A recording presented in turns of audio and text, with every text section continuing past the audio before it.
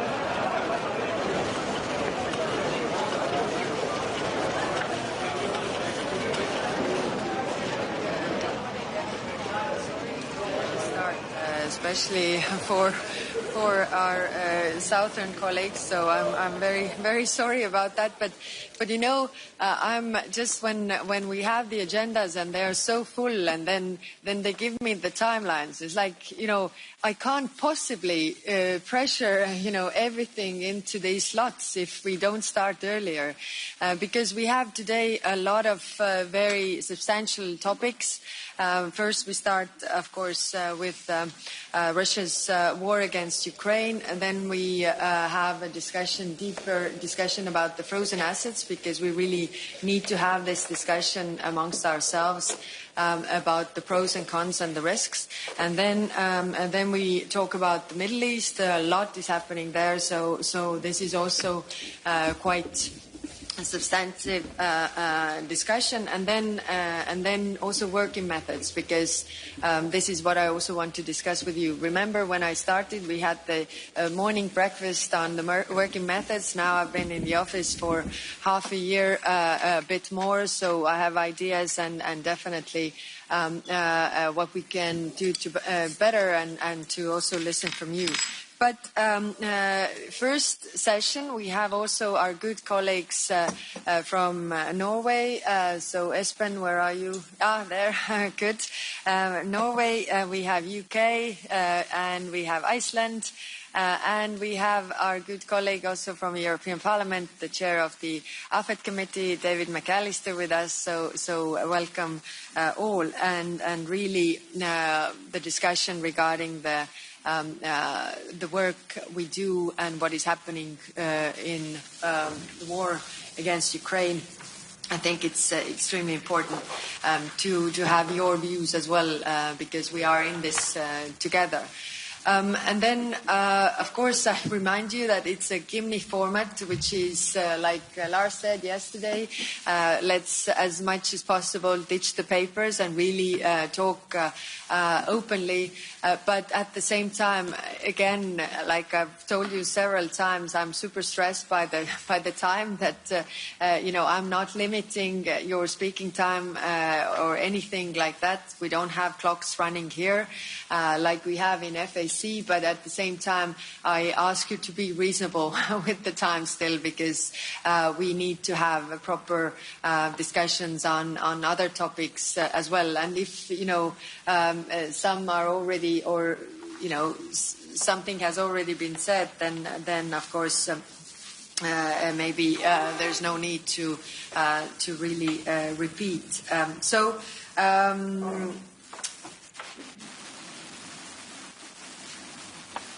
Made some points here, but I really need to work on that handwriting because I can't get understanding. But anyway, yeah. So I will now give the floor to you, Lars, and then we start. Yes. Well, thank you, Kaya, and good morning, everybody. I'm pleased to welcome you to Forum, which is the meeting location for many of our informal ministerial meetings during our presidency. Perhaps you know that we Danes pride ourselves on architecture and design, and you must say that this building might not be an architectural masterpiece by today's standard, but I think we have did a good job of hiding it, so I hope everybody will feel comfortable. And I just echo what Kaya said about the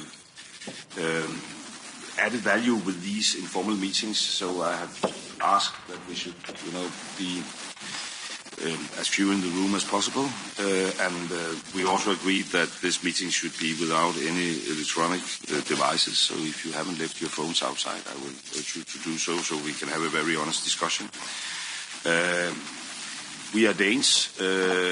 We haven't spent a lot on presidential gifts and stuff, but in front of you, you see a pen, which is not an ordinary pen or just any pen. It's made by Ukrainian bullet cases collected from the battlefield.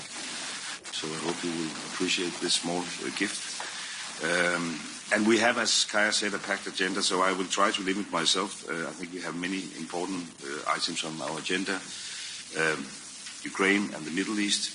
In Ukraine, of course, we reacted swiftly and resolutely with vast support, but now we need to step up. I think it's quite obvious that Putin is dragging the time, so we need to do more to force him to the negotiating table. In the Middle East, it's no secret that we have found it much harder to act, but inaction is not an option. I contacted our colleague Gideon Saar a few days ago and called on him and Israel to reopen the medical evacuation corridor from Gaza to East Jerusalem. Also offered Danish help in treating patients from Gaza upon request. This will, of course, not bring an end to the conflict, but I think it's a way to be very concrete, putting pressure on Israel, and I hope that others will follow suit.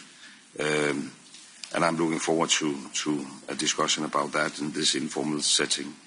I think I will limit myself to these few remarks. I'm eager to get started, and we are already running almost half an hour behind schedule. So we better get started. I hope we have a fruitful.